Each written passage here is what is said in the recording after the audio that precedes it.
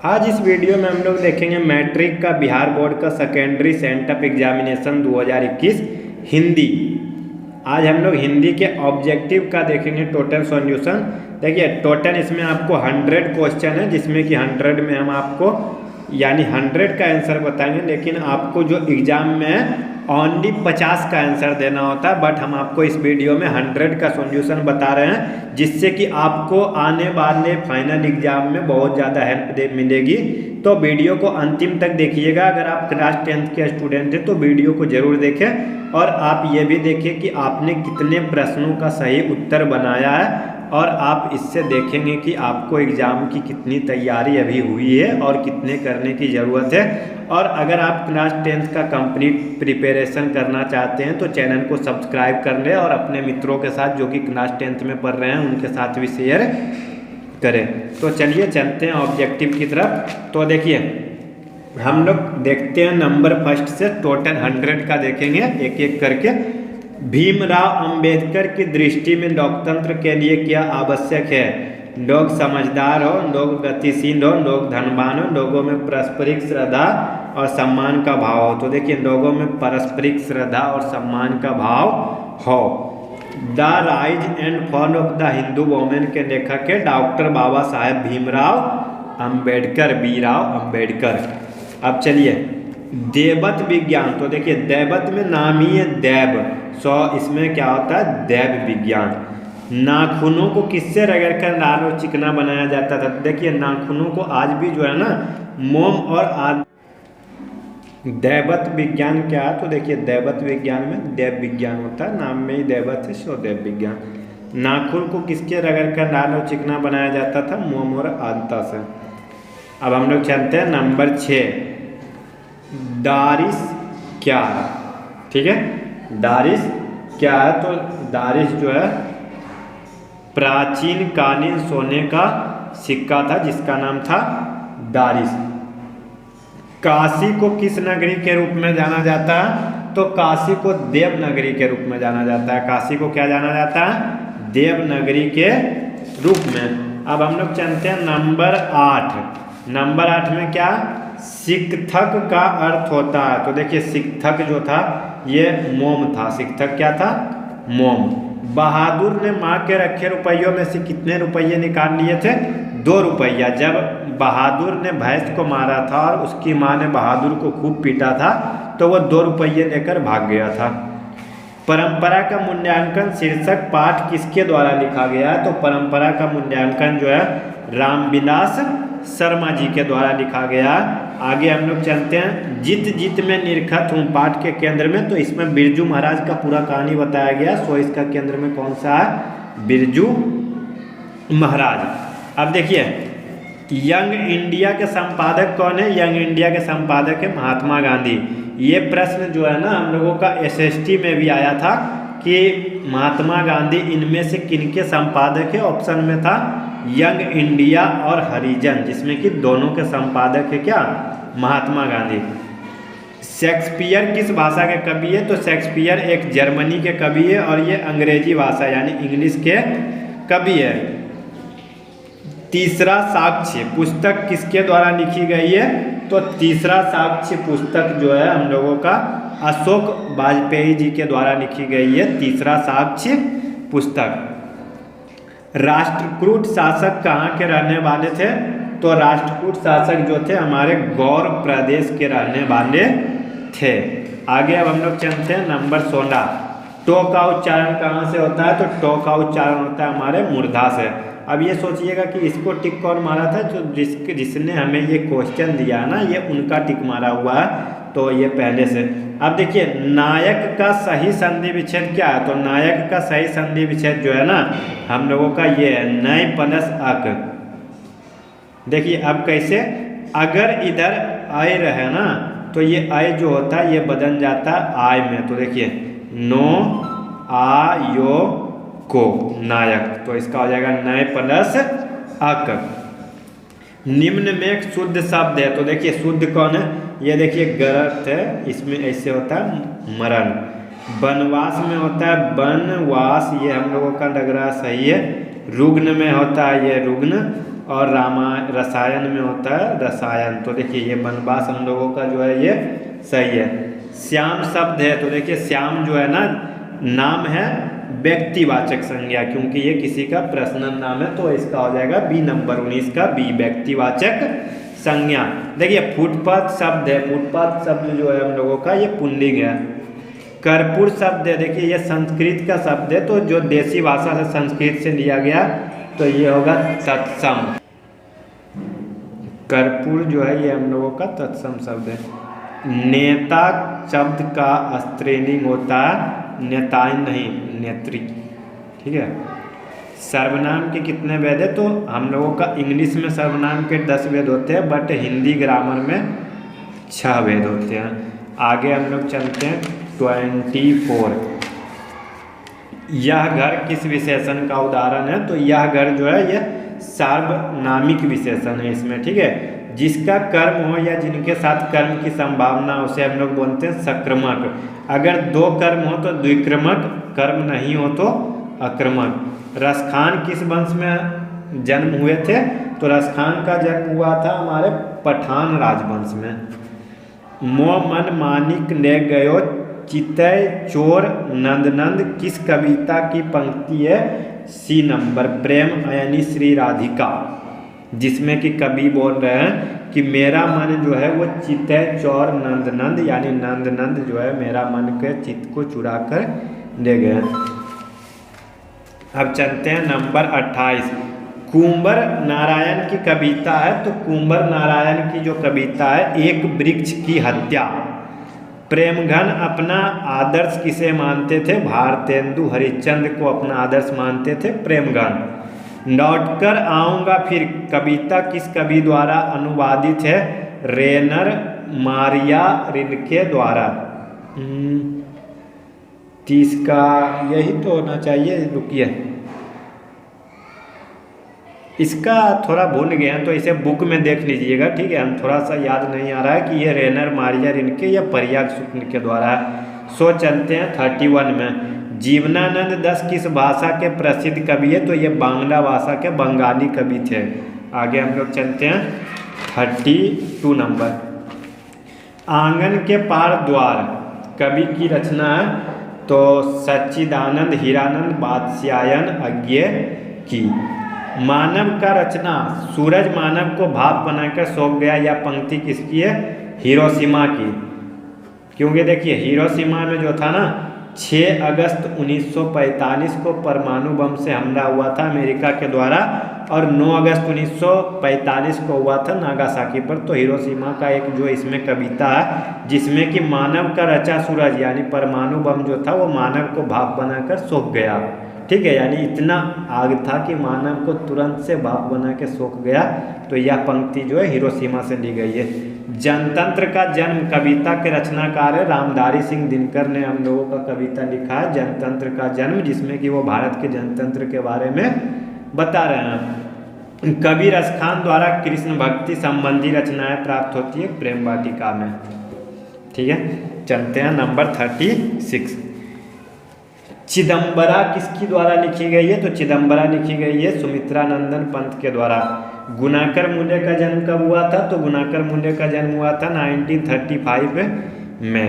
बेटे के आंसू क्यों आते हैं, जब बेटा बार बार विफल हो जाता है अपने काम में तो उसके आंसू आते हैं। कवि धर्मवीर भारती द्वारा भाषांतरित कविता है, कवि धर्मवीर भारती द्वारा भाषांतरित कविता है मेरे बिना तुम प्रभु। सॉरी हम थोड़ा सा इसे नीचे करना भूल गए थे, तो देख लीजिएगा, ठीक है। थोड़ा सा क्वेश्चन देख लीजिए आराम से।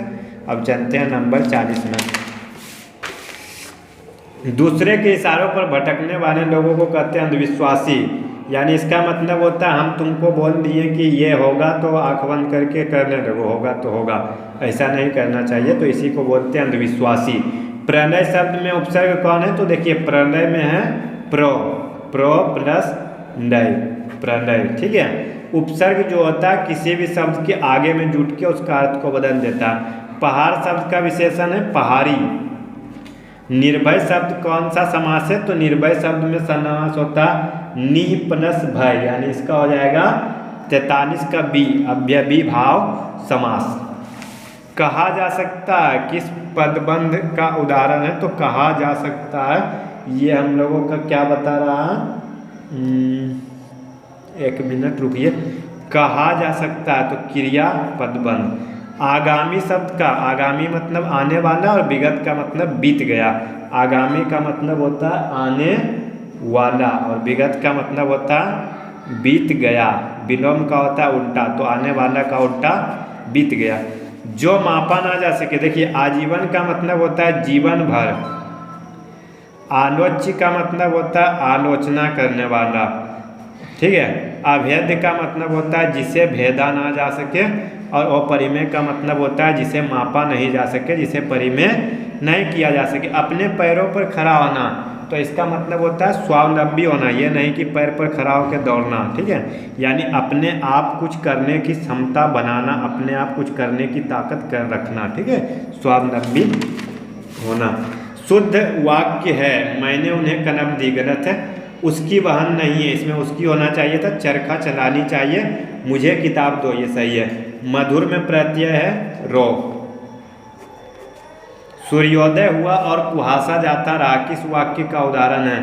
सूर्योदय हुआ और कुहासा जाता रहा संयुक्त वाक्य, ठीक है। दो वाक्य जो है उसमें मिला हुआ, सूर्योदय हुआ और कुहासा जाता रहा। रंगप्पा किस किस्म का आदमी था? तो रंगप्पा जुआरी था, ठीक है, ये जुआ खेलता था। मंगम्मा ने ब्याह में बहू को क्या दिया था? कर्णफूल, करे और झुमकी, तीनों दिया था। ढहते विश्वास में राजेंद्र मिश्रा क्या है? ढहते विश्वास में राजेंद्र मिश्रा जो है वो इस कहानी के संपादक हैं। सीता का लड़का हमेशा चुप कौन रहता था? बिज्जू, जो कि उसका सबसे छोटा बेटा था, ठीक है। किसकी पत्नी ने दाल का हलवा बनाया था? तो दाल का हलवा बनाया था कैलाश की पत्नी ने। नगर कहानी के अनुसार पहले दिन पापाती को क्या हुआ था? बुखार। बिज्जू की पत्नी का नाम क्या था? तो बिज्जू की पत्नी का नाम जो था वो था पुष्पा। बंडी अम्माल क्या नहीं जानती थी? पढ़ना, क्योंकि रोना तो सब जानता है, सोना भी सब जानता है और खाना भी सब जानता है, बट पढ़ना सभी नहीं जानते हैं, ठीक है। लक्ष्मी के ससुर किस बांध में काम करते समय पत्थर से दबकर शहीद हो गए थे? हीराकुंड बांध में, जो कि उड़ीसा में था। और इसमें एक उड़ीसा के गांव की कहानी है जिसमें कि बांध से कितने ज़्यादा लोगों को जीवन जो था वो वहाँ पर प्रभाव डालता है। मंगू की माँ अस्पताल को बोलती थी कि हम गौशाला में अपनी बेटी को नहीं भेजेंगे जिसमें कि लोगों को गौशाला की तरह जो है ट्रीट किया जाता हो। जाति पाति तोरक मंडल का वार्षिक सम्मेलन कब हुआ था? तो जाति पाति तोरक मंडल का वार्षिक सम्मेलन हुआ था 1936 ईस्वी में। विष के दांत कहानी में खोखा किन मामलों में अपवाद था? घर के नियम की धज्जियां उड़ाने में, ठीक है। घर में जितने भी नियम बने थे ना, सबका वो धज्जियां उड़ा के रख दिया था। आगे चलते हैं। मैक्स मूलर को किसने वेदांतियों का वेदांती कहा? स्वामी विवेकानंद जी ने, ठीक है। चलते हैं 64 नंबर में। हैकन कौन था? तो हैकन जो था ये जंतु वैज्ञानिक था, ठीक है। नाखून क्यों बढ़ते हैं? या लेखक से किसने पूछा? लेखक की सबसे छोटी बेटी ने। कनिंग लिपि भारत के किस प्रदेश की लिपि थी? तो देखिए कनिंग जो है उड़ीसा का एक प्रदेश है, तो लिपि भी तो वहीं का होगा ना, उड़ीसा का। लेखक के रिश्तेदार ने बहादुर पर क्या आरोप लगाया? कि लेखक ने उनके पैसे चुरा लिए, जो कि बहुत ही कंजूस आदमी था, पैसा देने से बचने के लिए उसने झूठी आरोप लगा दिया था बहादुर पे, और लेखक ने भी उसे क्या पीटा था, जो कि फिर बहादुर वो घर छोड़ के भाग गया था वहाँ से भी। एक वृक्ष की हत्या शीर्षक कविता में वृक्ष को कवि ने किस रूप में प्रस्तुत किया है? तो चौकीदार के रूप में। और चौकीदार क्या होता है? एक आदमी होता है, सो मानव के रूप में। रेनर मारिया रिल्के के पिता का नाम क्या था? Joseph Rilke. रुक जाइए एक मिनट, जोसेफ रिल्के या जोसेफ रेली रिल्के, जोसेफ रिल्के ही होगा, ठीक है। कवि जीवनानंद दास किस भाषा के कवि है? बांग्ला। मेरी नींद के दौरान कुछ इंच बढ़ गए होंगे। तो देखिए अगर आप पेड़ को देख के अगर एक वृक्ष की हत्या मार देंगे तो ये बिल्कुल भी गलत होगा। ये कह रहा है ना, इस हमारी नींद में बोला जाता है कि जब हम सोते हैं तो बहुत सारे जो काम होते हैं हमारे प्रकृति में वो हो जाते हैं। तो इसी में कभी एक ये बात भी बोल रहा है कि जब हम लोग सोते हैं तो कुछ इंच पेड़ भी बढ़ जाते हैं। आगे हम लोग चलते हैं 72 में।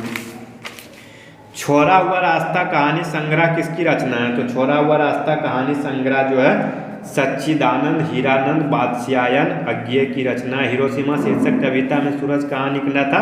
नगर के चौक पे, क्योंकि जो परमाणु बम था वो नगर के चौक पे गिरा था, जिससे कि लगा था कि जमीन से जो है नगर के चौक पर से सूरज निकल रहा है, जो सूरज सभी आदमी को पल भर में निकल गया। कवि प्रेमघन के किस्से काव्य में ग्रामीण जीवन की यथार्थवादी चित्रण है, तो इसका हो जाएगा शायद जीर्द जनपद में। ढो का उच्चारण अर्थ क्या है? तो देखिए हम लोग ढो का उच्चारण अर्थ मूर्धा से करते हैं, ठीक है। यशोदा का संधि विच्छेद है, तो देखिए यशोदा ये जो है ना हम लोगों का विसर्ग संधि होता है, यशा पनसदा यशोदा।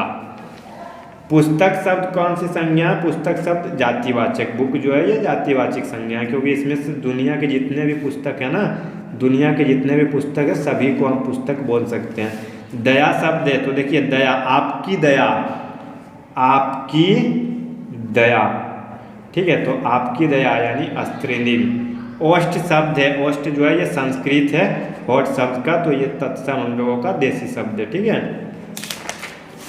पूज्य शब्द का स्त्रीलिंग होता है पूज्या, पूज्य, पूज्या। जो सोएगा सो खोएगा किस सर्वनाम का उदाहरण है? तो ये हो जाएगा संबंध, क्योंकि देखिए जो और सो संबंध ये बता रहा है ना, जो सोएगा वो खोएगा, तो ये 81 का हो जाएगा सी नंबर, ठीक है। आगे हम लोग चलते हैं 82। शेर भर दूध किस विशेषण का उदाहरण है? देखिए शेर भर दूध, शेर का मतलब होता है 1 लीटर, जो कि हम लोग देसी भाषा में बोलते हैं शेर भर। तो ये दूध को हम लोग माप नहीं सकते हैं, सो ये हो जाएगा परिमाण बोधक। अगर ये हम लोग कोई गिनने वाला वस्तु होता तो संख्यावाचक हो जाता, बट दूध को हम लोग गिनते नहीं है। वह खा चुका था भूतकाल, था है तो भूतकाल। सुहावन शब्द में प्रत्यय है, तो देखिए सुहावन, नो कोई प्रत्यय नहीं है, वन भी प्रत्यय नहीं है, बट ये अन जो है ना प्रत्यय है, बट यहाँ देखिए लास्ट में ये हो जाएगा, क्योंकि लास्ट में इसमें अनंत नहीं है, तो ये हो जाएगा अन। शोकाकुल शब्द कौन सा समास है? तो शोकाकुल तत्पुरुष, ठीक है, शोक से आकुल। अनूठा शब्द का पर्यायवाची शब्द है अनुपम। अनुलोम शब्द का विपरीतार्थक है प्रतिलोम। अनुलोम का उल्टा होता है प्रतिलोम। आगे चलते हैं 88 नंबर में। घर बसाना का मतलब होता है विवाह करना। बहुत सारे लोगों को आप सुनते हो इसका घर बसा दो यानी विवाह कर दो, ठीक है। परोक्त शब्द कौन सा समास है? तो परोक्त शब्द में है तत्पुरुष समास। एक पंथ दो काज लोकाकी का अर्थ होता है 90 नंबर। एक पंथ दो काज यानी एक काम के साथ दूसरा काम भी हो जाना, ठीक है।